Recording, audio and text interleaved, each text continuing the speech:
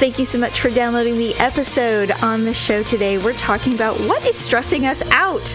Social media, we read a survey about do men or children stress women out more? We have some opinions. Also, our ugly and awkward moments of the week. Enjoy the show. It's another uncensored look at the world around you from sisters who will say just about anything to anyone at any time. It's the Uggs. Jamie? I may not be the classiest broad in this town, but I'm the best you're gonna get. Paula? Uncensored as always, it's time for the ugly truth.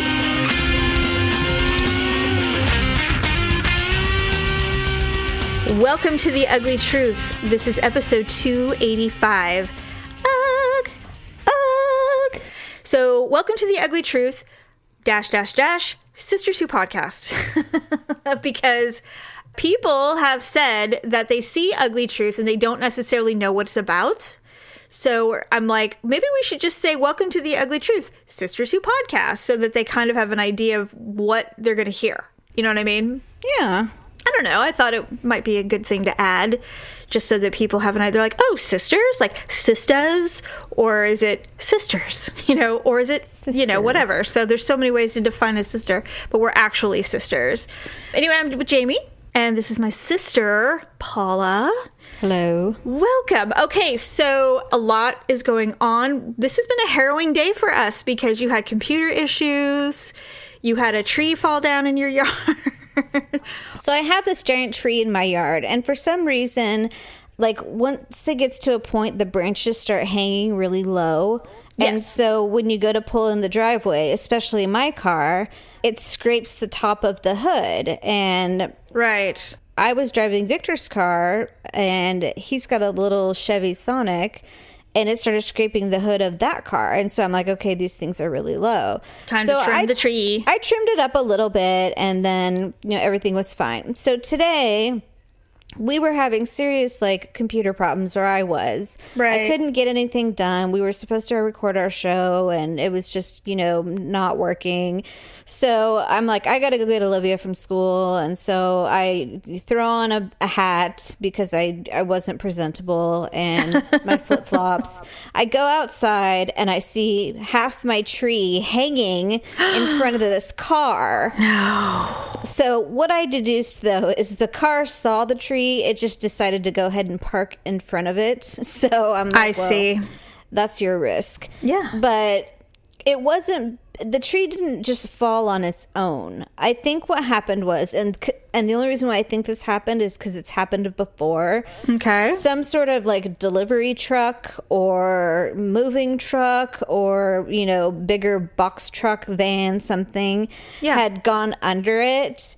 And that will break the tree branches. Oh, yeah, for sure. They did that, and then they took off, and they just left it like that. Assholes. I know. That's it's so just rude. like when people are literally dinging your car or like scrape it a little bit, and they just don't leave a note. Rude. And so it's so rude. And so I took a picture of it, and I sent it to Victor. And I'm like, great, this is exactly what I needed. Right. Because I had been texting him about my computer problems because, you know, normally it's something that he could fix or figure out. He would go, oh, it's just this or that. Right. And so I'm like, great. He feels absolutely helpless. And I don't know why I try and make him feel guilty about those things. But because you resent the fact that he's in the military and off on doing some kind of thing. You know, and he's not going to be home for 13 days. So there's nothing that he can do about it. It's like, you're really twisting my arm here, honey. I don't know what you want me to do. And so, you know, he keeps apologizing, and he's just like, I don't know why these things happen when I'm gone. I'm like, you know what? I don't either. But you know what I would have said? I'm like, this is the computer that you bought me, by the way. I just want you to know. So after I got Olivia home and Ryan came outside, we all drugged the branches. Well, first we pulled them all down because they were just halfway hanging. So we had to snap them out of the tree. Because you don't have any... Well, God, I mean, you would practically need a chainsaw, right? We would have, or one of those little saws or something, and stand on a ladder. But, I mean, we really should have called a tree company. That sounds like a lot of work. Well, and they're expensive. Well, you know? Yeah, but I mean, you know what? And you guys just moved into the neighborhood. It's not like you know your neighbors well enough to go, hey, hi, Jim. So listen, You know, you can't. Yeah, I'm home by myself. I could really use a hand. And I'm all by myself. It's like the beginning of an adult film. It's like, I'm home by myself. And the tree branch has fallen. Can I borrow your very large saw? It's a hot day today. And Sure is hot out. I've got some lemonade if you want to come over. I've got my hard bottom slippers on, and I'm out here trying to rip up this tree on my own. I actually did put tennis shoes on and my gardening gloves. Not that was going to accomplish much, but... We aren't very good at those things. No. We are not. So we were able to snap all the branches out of the tree and get them away from the car, because that was the most dangerous part, is we're trying to get these things out of here. And I'm like, what kind of idiot parks right next to something like this? Did you see the idiot? Or no, I didn't. Because I was just thinking, I'm like, if this thing collapses and it smashes right into her car, I'm like, then we're really fucked. And yeah, because they will be like, excuse me, but your tree broke my car. I'm like, yeah, your car shouldn't have been there, dumbass. But yeah, and they'd be like, oh yeah, that would not have ended well for you. Well, I'm glad that you cleared the tree branches with the assistance of your children. For God's sake. All right, I don't know. Oh, this show drops on Sunday. So this last week has been quite harrowing on social media, as we've all been watching with horror these images of all of these separated small children. And all the audio and all of the outrage and the tears and the anger and the horrible responses that some of these people are making, acting flippant about it. It's been very difficult. I personally have been having a lot of anxiety about it, and I normally don't get that emotional about things that are going on politically, because nothing stays the same forever in this country. Everything changes. Everything is cyclical. You just have to kind of just figure it out, how to get through it, how does it affect you personally, and then move on. That's basically, I really, really don't get into the emotional rhetoric. But the one thing I do try to do, which Daryl is not as comfortable with as I am, is I'm a big fan of listening to all sides of a subject. Even as something as obviously horrible as putting children in detention centers is on the border, I still want to know what other people are saying that may not necessarily believe the same thing I do. So the other day, I said, foolishly, I mean, never again. Foolishly, I posted on social media that all I wanted to do was go to these facilities and hold these babies and comfort them. I'm not saying set them free into the country, nothing like that. All I'm saying is that we're hearing that they're not allowed to be held or taken care of, and that children are taking care of children, and it's chain link fences and all this other stuff. And to me, all I want to do is, can we just get like a bunch of moms, caravan down in the minivans and the SUVs, walk in with blankies and juice boxes and doing what we do best, right, and taking care of them, even if it's just for temporarily, just they need some mothering. It's not about politics or anything like that. It's just about comfort, right. And listen, I have worked with organizations through media. I have worked with organizations who work with children who are at risk, homeless children who were removed from homes because of abuse in the Sacramento area. I worked with them on and off for many years. I know that there are a lot of people who go out and volunteer and help. It is that easy to do. You may not necessarily be able to hold a baby, but you can do it. There are ways to help. So for most people who are active in their community, they know there's no way that we can't get together and comfort these children. Understandably, I get why guards and stuff can't go in there and comfort kids. I understand that there's, with this specific system, they're guarding dangerous children. I don't know. I don't know. But for whatever reason, they're not instructed to assist with these kids. And so I'm like, can't we just do it? Can't we just get some permission and go in there? We'll have our background checks cleared, and we'll go in there and we'll be the moms that we are. Yeah. And that's all I said. And of course, all the moms that I know were like, hell yes, I would go with you, because that's it. And then somebody that I'm no longer friends with went on a very long tirade about immigration and, the Trump perspective and all of that stuff. And to some degree, she did teach me a couple of things about the immigration policy that I was not aware of at the time. And once she made some notes about the immigration policy, I went and did my research. And I'm like, okay, she's not completely wrong. The perspective's a little skewed, but I hear what you're saying. And it was fine. I'm okay with it. But then she started to instigate and insult. And then she started, it downgraded into Trump and bleeding liberal. And, it was ugly. And I was like, you know what? At first I thought, I'm going to delete this. Fuck you. But I'm like, you know what? No, I'm not going to delete it because this is the whole point. Everybody gets to say what they want to say. If it's offensive, it's offensive. And not too many people agreed with her. And that's fine. Because, at some point, if you look at the bigger picture, it's like, we're talking about children. We're not talking about men who belong in prison. We're talking about kids. And shouldn't there be a line? Right. And most people agree that yes. And in fact, many Republicans agree that this is an egregious policy. So right. it's not like, we're some minority. And then somebody else who I know is quite conservative stepped in. And what really actually pushed me over the edge is this is something that happened a couple of days ago, and they kept coming back to the post and adding more stuff, more insults, more memes, more name calling. And then this other girl that I used to be friends with, she started piling on saying that we're just crazy, that we're just believing mainstream media. It's all the shit you hear all the time. And I'm like, okay, that's it. I mean, I can't have a dialogue with people who are only interested in being assholes. That's not what this is about. So right. I unfriended them, and I actually feel really bad about it. I wouldn't. I know, but I feel bad because and then here's the thing. It's like, I knew this girl in high school. She was not very popular. She left the school, actually. I don't know if they moved or whatever. And I always was her friend. And it's like, what happened to you? Like, what happened to you? Did you forget?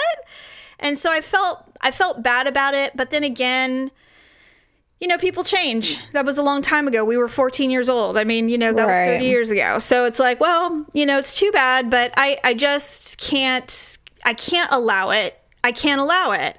So I felt bad about it because it's like, if you just didn't go there, it would have been okay. But you had to continue coming back and be offensive. And that nobody learns anything from that. And I guess I'm being naive. I guess I was naive thinking that we could have a dialogue. We all knew each other. We all have a touchstone in our life where we all were at the same place together. And I was kind of hoping that would make it civil, but it simply did not. And I'm very disappointed. Well, I think there's certain subjects that don't even really need a dialogue. I mean, saying that you want to go and comfort children that are at these, whatever they're called, camps or something like that. Right.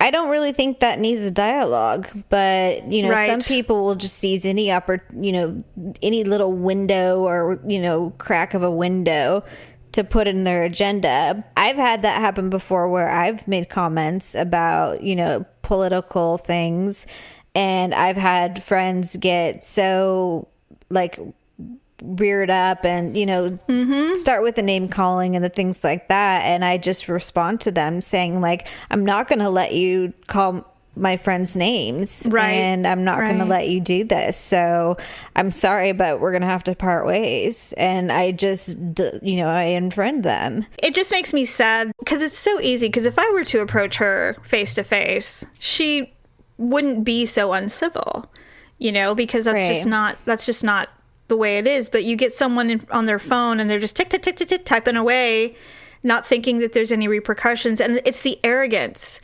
There are a lot of people on Twitter and stuff who are very, very liberal, who I also find incredibly arrogant. And I don't like it. The disregard for a differing opinion is what bugs me the most. You can have a disregard, but disrespectfully disregarding it to me is the worst. To me, it's the worst. I don't mind. I have a lot of friends who are super conservative. I wouldn't even consider myself a super hard liberal. But, no one cares. No one cares. They see you or they hear you say one thing and then you are this thing, and that's it. And I don't like it. I don't like it. But this is my podcast. I have a microphone, so you will listen to every word I have to say. Oh, okay. So I told you briefly, Sunny is healthy. My blind Sheltie. I was all worried last week that he was dying. He's not. He's so healthy. The doctor's like, he's remarkably healthy for a 12-year-old dog. I'm like, really? She's like, oh yeah. And I'm like, wait. Well, that's good. That's super good news. But he is going to lose like 4 teeth. He has bad teeth. And I said, oh, I feel so bad. She's like, dogs don't need teeth. They'll be fine. I'm like, really? She goes, yeah, they're fine. They'll eat soft food for a day and then they'll be back to ripping up trees and eating whatever they want to eat. They don't need them. I'm like, all right, cool. So he's going to have no front teeth, top or bottom. Wow. But he's good. And so I was very happy about that. They killed a rat during dinner. I heard about that. Yes, we were sitting there and a rat went crawling across the deck. Malia froze. She's like, that was a rat. And I'm like, what? We turn around and we see Bodega with a rat in his mouth, just ripping it up with his mouth, breaking its neck. And the rat, rats are so damn resilient. Those things can survive nuclear war. I'm know convinced. They are. I am convinced. I mean, Bodega has killed skunks, possums, raccoons, and this rat would not die. And Bodega kept looking at like, just stay down, dude, stay down. And the rat kept trying to like gasp and turn around, and he kept picking it up and smacking it again. And finally, Daryl's like, I've had enough of this. And he gets up and he goes, I'm going out to kill it. And he went out, he brushed the dogs away, and he whacked it in the head and killed it because he was tired of watching it suffer. Yes, seriously. That's horrible. Well, at first I was like, look, just let them deal with it. Let the dogs deal with it. They've already, Sunny had his ass in its mouth and Bodega had its head in its mouth. And just let them rip it apart. That's awful. And he's like, no. And so he went out there and he shooed them away and he hit it in the head with a shovel. God. I have to say, I really admire Daryl for his ability to do things like that because, I don't know. He's a white collar dude. He was born and raised in the city. He's a city mouse completely through and through, but he will take care of businessman. The dude will take care of business when it comes to stuff like that. He has no problem. It's crazy. Yeah, that's true. I've seen it in action. Yeah, I think I don't know. Well, I mean, he's a man, and most men are much braver than women when it comes to certain things. And I'm being stereotypical, but, Well, he likes to fish and stuff. So, I mean, and camp and all those things. So, like, I couldn't hook a worm to save my life. It's torture. I couldn't do it. It's not bad. I couldn't do it, and yet I'll let 2 dogs rip up a rat alive. You're like, it's fine. Yeah, I'm confusing. You are confused. The hummingbirds, the baby hummingbirds. Yes. They have left the nest. Aw. They are gone. They are gone. The nest is quickly deteriorating. I was trimming the jujube tree in which the nest was in, and I was like, what the hell is all this stuff all over the leaves? It's bird shit. They just they polluted the crap out of that tree with their nest. Gross. I know. I'm like, well, I mean, I guess I could hose it all. I could cut the branch or whatever, but I'm like, nah, it'll go away. I mean, it's natural. It's biodegradable. It'll go away. But the baby hummingbird came back and was eating out of the hummingbird feeder we had, and he looked crazy, confused. Like, I can't believe I'm alive. He's like, I'm not in this nest anymore. It's really funny. He's like looking around going, this is crazy. He's cool though. I think it's a boy because he's no, it's probably a girl because it doesn't have any color. Aren't the girls kind of boring looking and the boys are brightly colored? I don't really know much about hummingbirds, but I don't know. And here's another thing. And then we're going to talk about stress because, this has been stressful, but this is a really funny article. So Daryl and I went to the beach a few weeks ago and Daryl got really sunburned. Oh, no. So now he's peeling. Ugh. Well, yes, except that he's really peeling. And so the other day he was sitting there and his shoulders and his chest are kind of peeling. Yeah. And I saw this big, piece that was, lifting up, like a 2-inch piece. Put it in the skin box. Save me from myself. So I grabbed it and I'm like, oh my God. I grabbed it and I pulled it. He's like, what are you doing?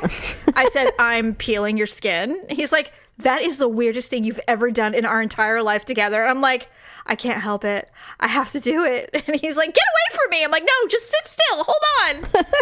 He's like, now I know why you watch Dr. Pimple Popper. And I'm like, yes, it's all related. He's like, I can't believe you want to peel my skin. And I'm like, I can't, it's just too much. It's too much. You guys are in a wolf pack. You're grooming each other. Well, that's what I said. I go, I will be grooming you now. Now sit still. Don't you like peeling sunburn? Oh, come on. You mean to tell me if Victor got really peely and from a sunburn, you wouldn't peel the skin? No, I probably would. It would only be on his shoulders, though, because he's so damn hairy that... Oh, true. Okay, what about like when Ryan sunburned and he started peeling? He wouldn't let me go near him. What? No. He doesn't let me go near him.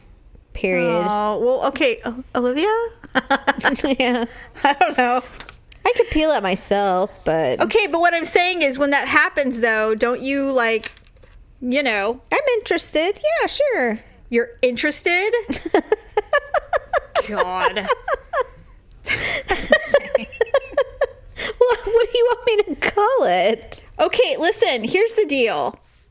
You and I talk about how we like to pick at our skin, you know, do blackheads or pimples. We like you literally would hog tie your son to get to a zit on his forehead. That's true. So why is peeling skin any different?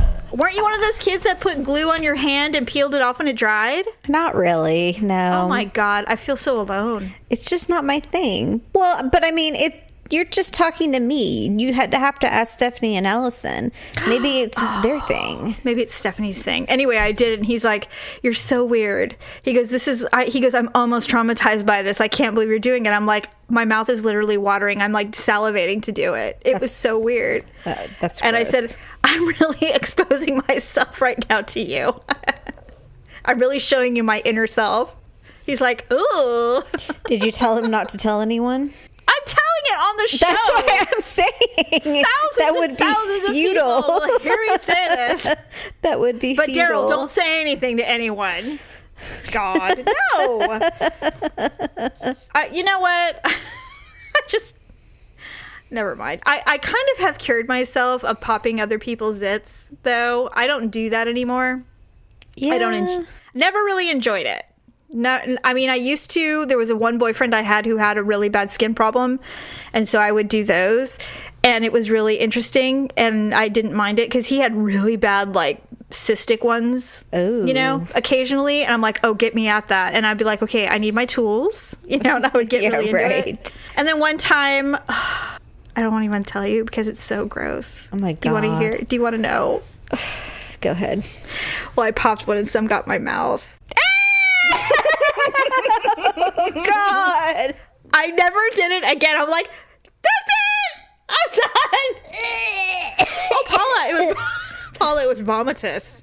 God. Absolutely vomitous. I mean, that's taking a risk. I mean, right? Well, you know what? Lesson learned. I was young and dumb. I didn't have a mask on or anything. And so I'm like, you know what? I'm never doing this again. And from that day on, I never did it again. I never popped any of my kids' zits. Daryl has never had any. So, you know, but yeah. I check Ryan's face every once in a while, but we just bought him Clearasil, the face wash, because we found out he was not washing his face in the shower. Well, and so he's a kid. He's young. I know. So now he's been washing his face pretty religiously because he didn't like the way his face was looking. Well, good. I'm glad to hear that. You know what? That's improvement. That's maturity. And it's clearing up. It really is. So well, good. You know what? Here's the thing. We're always and we're actually going to talk about puberty next week, but quickly, it's always nice to be in that time period where you think over-the-counter astringents are going to work because they work for about a day. But about a week or so, and then suddenly you have to downgrade into, like, real shit. It's always nice when, you know, Clearasil works for a minute, and then you have to go, okay, this is like a joke. So. Well, he's not so bad that, you know, he needs anything, he doesn't need Proactive yet. He doesn't need anything clinical or anything like that. He can still use the Clearasil foam stuff. He can buy the stuff that they sell in 17 magazine or at Walgreens. Right. Yeah, I got it. Okay, so stress. And then we'll do our ugly and awkward moments of the week. So stress is high all the time. It's probably, we would say it's at an all-time high, but in our own personal lives, this little article is hilarious. It says, being a mom is a pretty stressful task in itself. No matter how many kids you have, chasing tiny humans, teaching them how to live their life, it's stressful being around kids all day. Every woman knows that kids stress us out, even if they don't mean. And so it says, according to a new study, women claim that their sole reason for being stressed to death isn't just their kids, but their husbands. Now, obviously, this is not inclined to same-sex marriages with dual parents of the same sex. So please, this was just a survey for husbands and wives. Oh, okay. So Daryl actually found this article. I don't know how realistic it is. I don't know if it's faux, but I thought it was hilarious, so I wanted to read it. It says, this is when I read it to him. I'm like, the University of Padova? Where's that? I never heard of that in my life. Sounds like it's from Thailand or something. That's what I said. I go, where is this from? Is this in Spain? I don't know. But they said they did a study that involved surveying women who are married with children. 3 out of every 4 women confirmed that they do the majority of the parenting, as well as the household chores. Therefore, the stress comes from their husband's inability to help out with anything. Mm-hmm. As well, researchers found that the majority of men rely heavily on their wives for support. While studies in marriages, researchers saw that after a wife's death, men's health deteriorated. On the other hand, after a husband's death, women coped better. God. I thought that was funny. It said, if you're feeling skeptical, Today.com also conducted a survey. 7,000 moms responded with a stress level of an 8.5 out of 10. 46% said their husbands did cause more stress than their own children.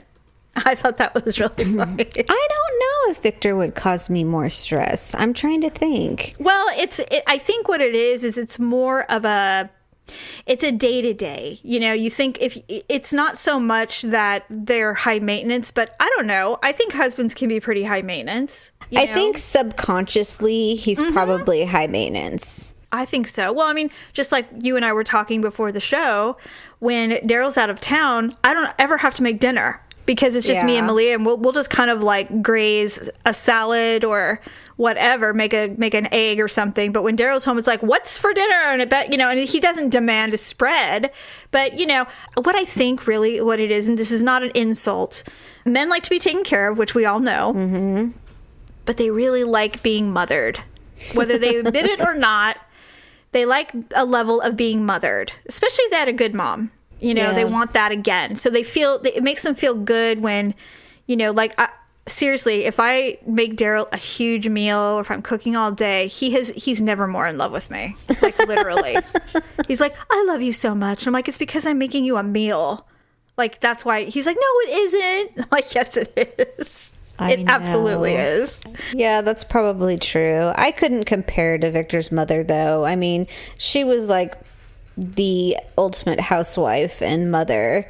And you spent a lot of your marriage working. I did. And so this whole housewife staying home with the kids thing it's not that it's new, but it's, it's still not coming easy for me. So no, you're right. You have not adjusted.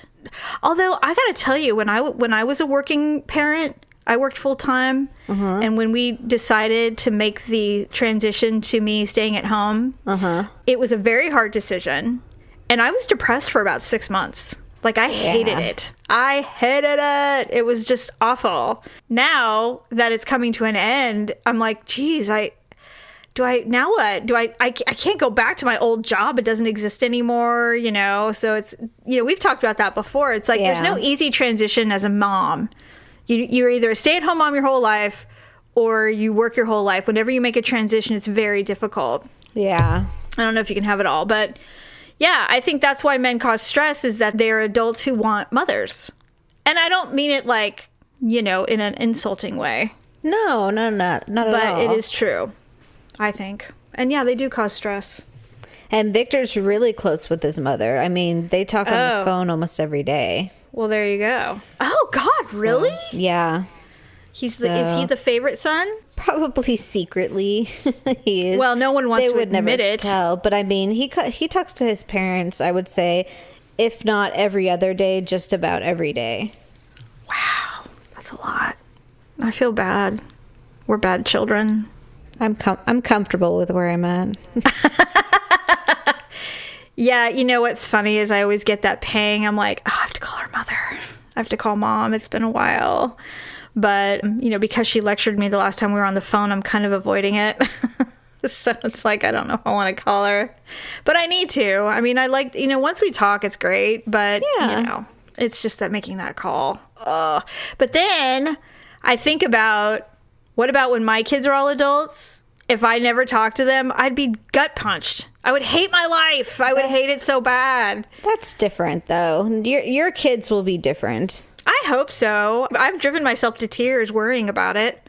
I just don't want to be sitting up there shriveled up in my little house because no one wants to talk to me because I was a terrible mom, No, I think it'll be different because you've talked to them like every day. Oh, I do. That's true. I do.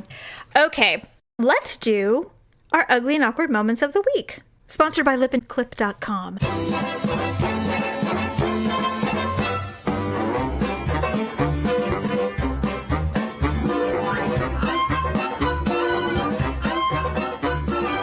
My ugly and awkward moment this week happens to do with Olivia's school. I don't know why, but my mouth has been really dry for like the last couple of weeks.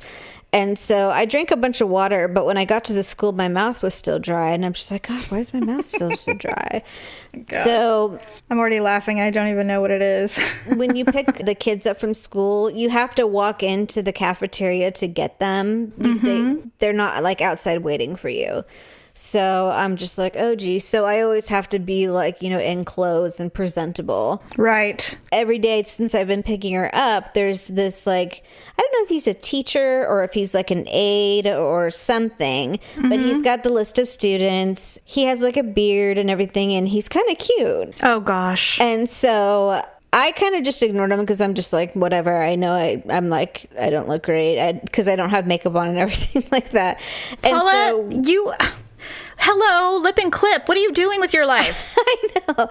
So one day I walked past him and he's like, hi. I'm like, oh, hi. And so I'm like, he said hi to me. And so, oh, no. So I'm like, I got to step up my game. Right. As I walk up and start smiling, I'm like, hello. And he's like, hello. And so anyways, the day I got Olivia, one of the days I got Olivia, I walked out and he's just like, have a good day. And I said, hello. And when I said it, because my mouth was so dry, my lips stuck to my tooth. Did you look like that fireman Bill from In Living Color? Let me tell you something. Yes, just less smoky. And with more hair. I don't know. And so I hoped he didn't notice, but you got to start putting Vaseline on your teeth. Something on my lips. I don't know. That is so funny. But I was just like, oh my God. You are out of practice is what that is. Clearly. Well, I don't need to be in practice. It doesn't matter. You always have to keep your game going. You never know. Yeah, that's probably true. Makes you feel good. It's nice to know when a guy thinks you're cute. Yeah, because I am definitely out of practice. Actually, what's funny is when a guy thinks I'm cute, first of all, I never notice. And then when I do notice, I always act confused like Doc Brown. I'm like, oh, what? Hey, what? I'm always confused. And then I look stupid. It's like, oh, well, I'm sorry. I'm married. Thank you, though. Yeah. I don't know. I have no way of responding. I don't think Daryl says it happens all the time. I think he's lying. I don't think it happens as often as he thinks it does. I'm like, people are allowed to look around. It doesn't mean they're staring at anybody. Right. Calm down. Yeah, I'm pretty convinced it doesn't happen to me either, but that's just because, I'm usually walking around in some sort of t-shirt and shorts and flip-flops and a baseball hat. So, if you could just slap us some lip gloss on, Paula, seriously. That might make a difference. You have to. You're a living embodiment of what we are against. Lip and clip. Well, although it sounds like you were clipped. Just not lipped. Yeah, baseball hat, no lip. It's a 50-50. That would have helped probably prevent my lip from sticking to my tooth. On a side note, and then I'll tell you my moment. Your friend, our listener friend Tracy, she submitted a Uglee and awkward moment a couple weeks ago, and we read it on the air, and then we sent her a lip and clip goodie bag, and she loved it. Did you see her? Okay, I saw her Snapchat. Okay, this is so hilarious because she wanted to do a little commercial for us for lipandclip.com, and so she did it on Snapchat. And she does it with a filter on, so she sounds like one of the chipmunks. Yes. But she made her mouth real big so everybody could see. And she's like, okay, I'm wearing the cherry lipstick from Avon. It's really good. I needed it. And she's talking and she starts to laugh because she can see that she's got lipstick all over her teeth. And she's like, well, this isn't a very good Avon spot for you, is it? She's like, look at me. And she's laughing in the chipmunk thing. And I'm like, actually, this is hilarious. I thought it was hilarious. It was good. I loved it. I tried to find a way to record it, but Snapchat is not about saving anything, and so I couldn't. No, but it was I know. really funny. So anyway, I just thought I wanted to share that. I didn't know if you had seen it or not. She's like, well, if Yeah, Paula I did. ever opened her Snapchat. I know. I'm never on Snapchat. You used to be pro at Snapchat. I did. I don't know what happened. Well, you know what? You burn out of things pretty quickly. Yeah, except for Facebook. I like Facebook, but we're I'm old always now. on Facebook. Yeah, I guess that's an old people thing. I guess the way I look at social media is Facebook is like the foundation, and then there's all these branches of social media. So you go to Twitter if you want to be angry, you go to Instagram if you want to look at people's photo albums, Snapchat if you have kids, Reddit, I don't know, whatever the other ones are. And then at the end of the day, you check Facebook to see what's Yeah. the what. But anyway, okay. Hello? Sorry, I think Malia just got home. Oh, okay. Home for now, may leave again later. Oh, well, la-di-da. She has Quite the social life. Well, when you're 17 and young and free. She doesn't even have a car or license. No, she doesn't even have her license, Lisa. She's getting it in July. I watched that movie the other day, actually. Weird Science. Yeah, I was watching it I recorded it because I was wondering if it was the kind of movie Ryan could watch, but I don't think so. Why? Well, it's just all about how they made a doll or made a woman, But and it's all fiction. It's fiction. for their pleasure. So I don't know. Yeah. We did a binge watch. We watched Grease and Grease 2 the other day. Really? I love both of them so bad. It's like I was watching them and I know every word to every minute of every word of both of those movies, and I freaking loved it. I know. Daryl tried to say something disparaging about the bowling scene in Grease 2, and I said, "You will shut your mouth. Shut what? your mouth." I don't even remember. I'm like, that is a classic scene of that movie. Hey, Paula, take a look over here. I'm your kingpin, honey, and I'm getting in gear. Hey, Johnny, won't you pull that strike? And I just might be your baby tonight. Don't forget the head roll when you sing it. I did it. You got to do the head roll. You may be able to boss some of the girls around here, Mr. Johnny Nagarelli, but this girl's been done bossing up. I may not be the classiest broad in this town, but I'm the best you're going to get. God, I love that movie so much. Anyway. Those movies must have been really fun to make. I would think so. I heard there was a lot of sex in the Grease, and then Grease 2, I haven't heard much, but I love it.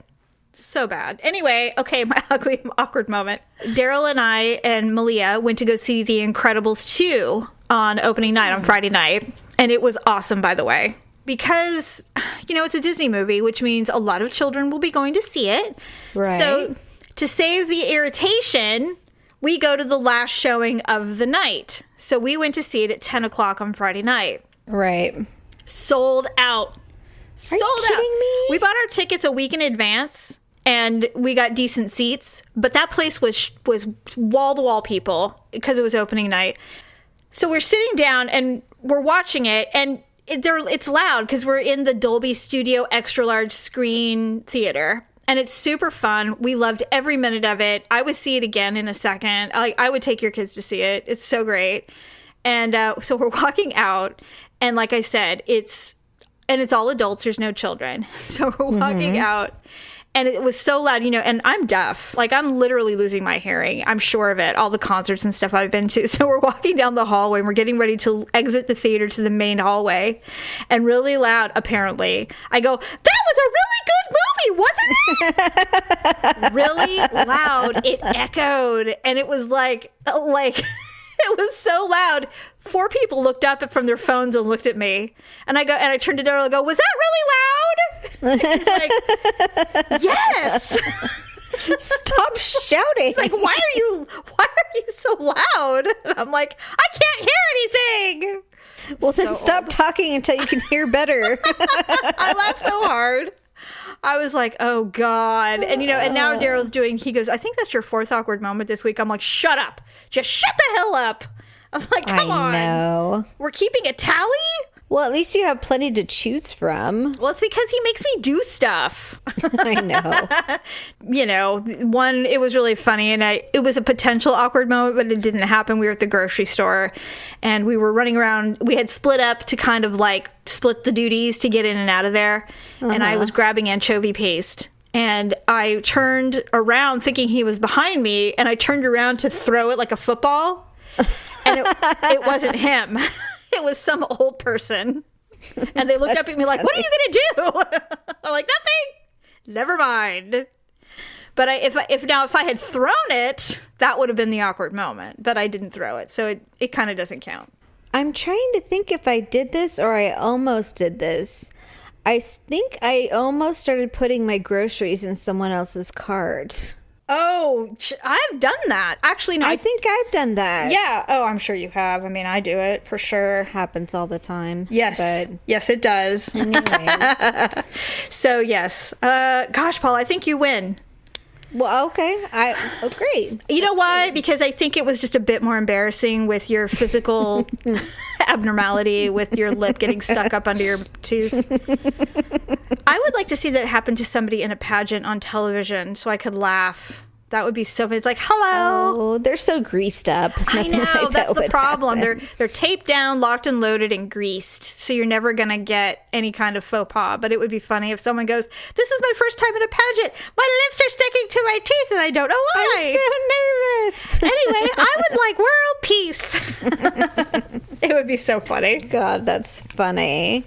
All right. Well, I think that's a wrap for this week. Yes. Thanks, everybody, for joining us. Please visit our Avon line, lipandclip.com, and pick yourself up some good makeup products and skincare lines. Also, be sure to visit our Amazon line, which is just on our main Ugly Truth page, and you can click on the button and it'll take you there, and you can do your purchases, and we get a little bit of credit for that, so we appreciate that. Mm-hmm. So have a good week, and we will see you on Wednesday. Bye! Bye! Thanks for listening and sharing the show. See you next time on The Ugly Truth.